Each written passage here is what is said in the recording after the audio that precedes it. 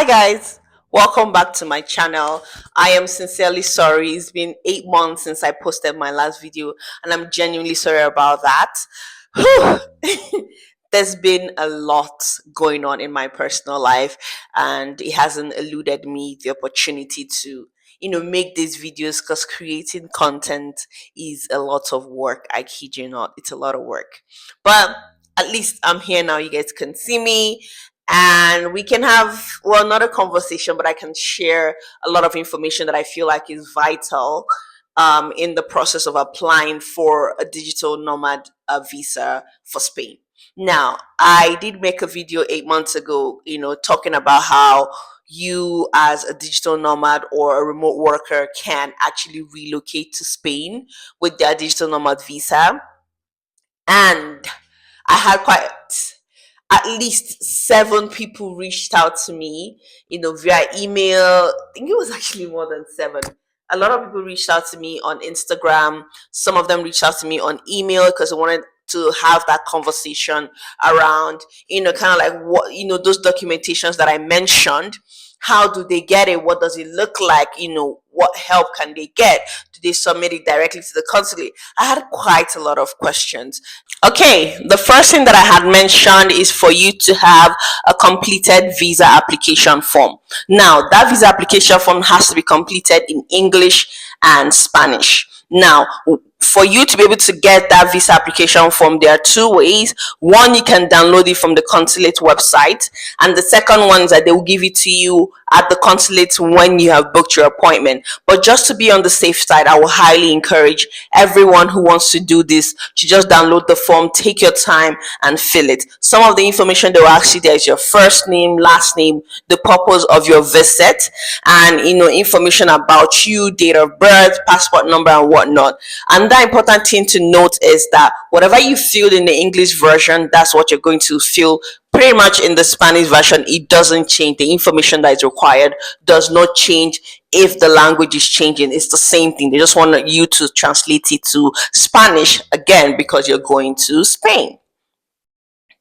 The next one that I did mention was for you to have a valid passport. Now, if your passport is going to expire by December of 2025, I would highly encourage you, before you take all the stress to apply, go and renew your passport from the passport office, and make sure that you have at least 6 months to 1 year from your date of application valid of passport. So what do I mean? If your passport is expiring December 2025 and you plan to apply within from now October to December 2025, it's not going to pan out because your passport will probably expire before you get your visa. So what you need is at least December 2026 for your expiration date, or even further. So the further the better for you, so you don't have to worry about renewing your passport anymore. Okay, the next one is your proof of employment. Now, there are 2 things that are very, very important for you to add when it comes to your proof of employment. One is your offer letter that you got, or your employment contract. You see that letter that was given to you when you first joined the company, you would need that. There are a couple of things that has to be stated in that employment letter. That employment letter should state the amount you earn, when you started working with them, and also the third thing is that you can work remotely.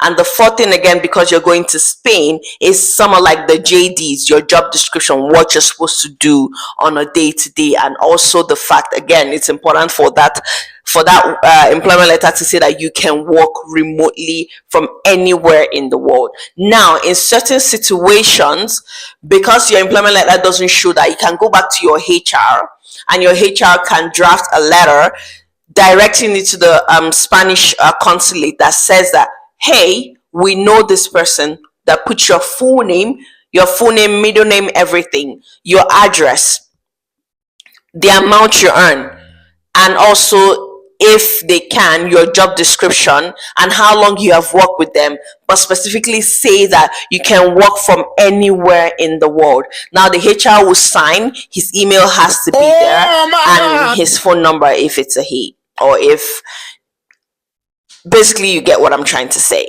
Now, the other thing that is also important to note is that their signature has to be there, and it has to be a letter-headed paper from your organization. You cannot just go get an A4 paper and just type it out and send it out. It's not going to work. It has to be a letter-headed paper from your organization that specifically says who you are, how much you earn, and the fact that you can work from anywhere in the world. That is important. Okay, it cannot be anywhere in Nigeria, it cannot be anywhere in Canada. It has to be anywhere in the world, because the goal is that you are a digital nomad and you're planning to relocate to Spain. They need to see that, you relocating as a worker does not affect your job, and it will not in any way affect your role in the organization. Okay, now, the other thing that I had mentioned was proof of income. So, for proof of employment income or freelancing activity, you need to have a whole lot of information, right?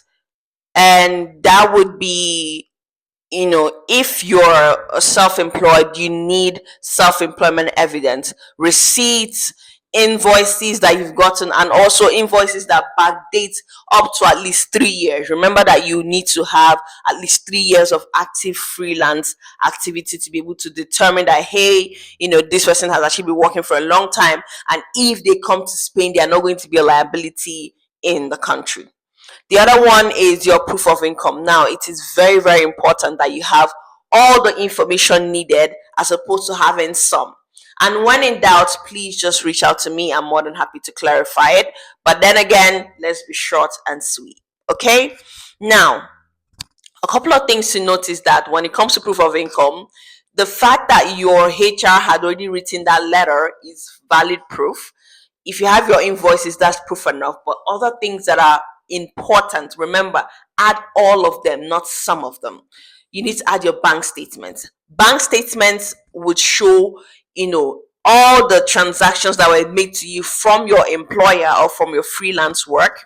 And then other option would be your salary slips or your payment slips. If you're paid bi-weekly, please add them there, and add at least 3 months, 3 to 6 months payment evidence. That's your pay slips or salary slips or whatever you guys call it in your pay stubs. Some people call it pay stubs in your organization, what you call it. The other thing is, if you are a freelancer, you need that contract that shows how much you're earning and how long that job will last. Now, for the bank statement, if you're earning $5,000 every month, there has to be proof in your bank account every month on the 31st or on the 15th. 5,000 is coming in. There has to be that proof, and it has to show that it's from your employer. If in certain situations your employer's name changes, you need to write a letter of explanation detailing why that is different. Maybe they're using like a subsidiary to pay you, but it is important for you to detail that. And even if possible, your HR should add that in the letter that they are also sending to you to validate that you work with them. Now, those bank statements, you can have like a bulk money there, but that bulk money should not reflect, like the income of that incoming bulk money should not reflect in the bank statement that you will send to them, because that's a little bit suspicious. So make sure that you've already had that prior. Let's say you're submitting from July to December, that bulk payment should come in like June, right? And then for every month from July through to December, you're supposed to see that $5,000 that you claim you earn every month. It has to come in every month. Remember, you need to have a specific balance in your account. So make sure you have that specific balance in your account. And you can also do a bit of withdrawals here and there, just to show that there's activity on that account. And also that account is not being used for any form of fraudulent activities. And make sure that you get bank statement that has been stamped by your bank. That is very important, because they can call to validate that. Make sure it was stamped by your bank. It's important for you to have that. And even if possible, your account manager even signs a letter that shows that, hey, this person has been in good standing with us for almost 4 to 5 years. Okay. Now, Again, that is if you're earning in USD. If you're not earning in USD, you can also it's pretty much the same thing, even if you're earning in Naira, but the value again should correspond. And remember how much you're supposed to have in your bank account for you to be able to, how much you're supposed to earn monthly for you to be able to be eligible. Make sure that that is what is coming in by the time it is converted to euros. Do you understand? Let's say you're earning 5 million. By the time you convert it with the available rate for that month or for that day, it has to be equivalent or more than what is required for you to be eligible to be categorized as a digital nomad in Spain. Okay. The next one is your proof of health insurance. You can go to people like Asamasad and you can get a health insurance from them, but it's also important for them to be very, very detailed in the health insurance information that I'm telling you that shows that your health insurance is covered worldwide, specifically in Spain. Asamasa should be able to do that, and a bunch of other health insurance companies should be able to do that for you. But it's important you read through the notes and make sure you have that specifically written there, because they are going to be very thorough about that. Health insurance is very, very important for them. You can get also another one in Spain if you have the money too, but I will highly encourage you to do the one that is in Nigeria or in the country that you're located, because it will be a lot more cost effective for you. Now, the next one is your police clearance certificate. You can go to walk into any police station in Nigeria, if you're in Nigeria or any country of your choice, and tell them you're requesting a clearance certificate. Now, you're going to have to pay a specific amount of money, and they're going to take your thumbprints, all 10 of them, and they're also going to have you swear an affidavit, and they're going to look up your information. Once they look that up, they're going to request your full name, your date of birth, and they're going to add that to the certificate they're going to give you. If you know someone there, it could take you like a day or two to get that, but most times it could take up to a week. And I heard that you can also do that online now, so that is also great. But make sure that that police character, because it's also valid for, like, I think it's like 90 days.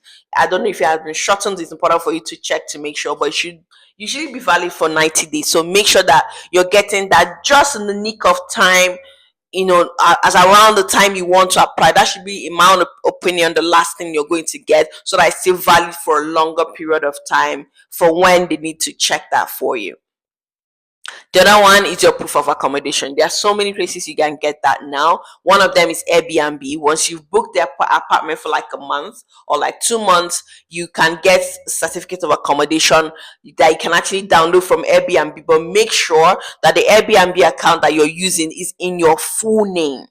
And it's the same email address that you're going to be given to the consulate. It's the same email address that's going to be in that Airbnb um certificate of accommodation that you're going to get. Most times you can book for like a month or two, and then explain to them that, hey, because you're just coming in, that's why you're using an Airbnb. You need to have like a letter of explanation. Again, just gather all the important documents. It's important for you to have everything, then have some of it, and then see like, hey, maybe I should have had this, maybe I should not have had that. Okay, make sure that your full name is there, make sure that the right email is there, and make sure that it shows that the accommodation is in Spain. And once you've booked in Airbnb can automatically generate that. That doesn't take a lot of time for you to do that.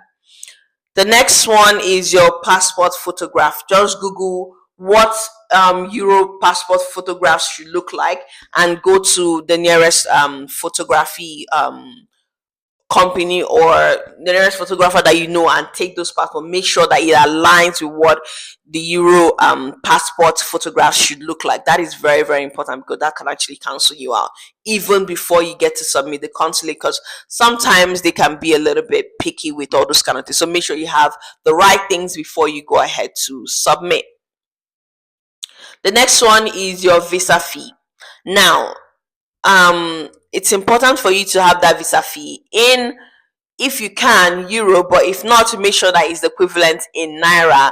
It will usually be payable to them. Sometimes they can tell you to pay to them there, or they'll give you an account number for you to make that payment and then come back with your receipt. These things change, so just make sure that you're prepared for whichever way that they will tell you to make that payment. And I usually advise you to go early in the morning, so you're able to tackle out whatever information that they will request from you ahead of time.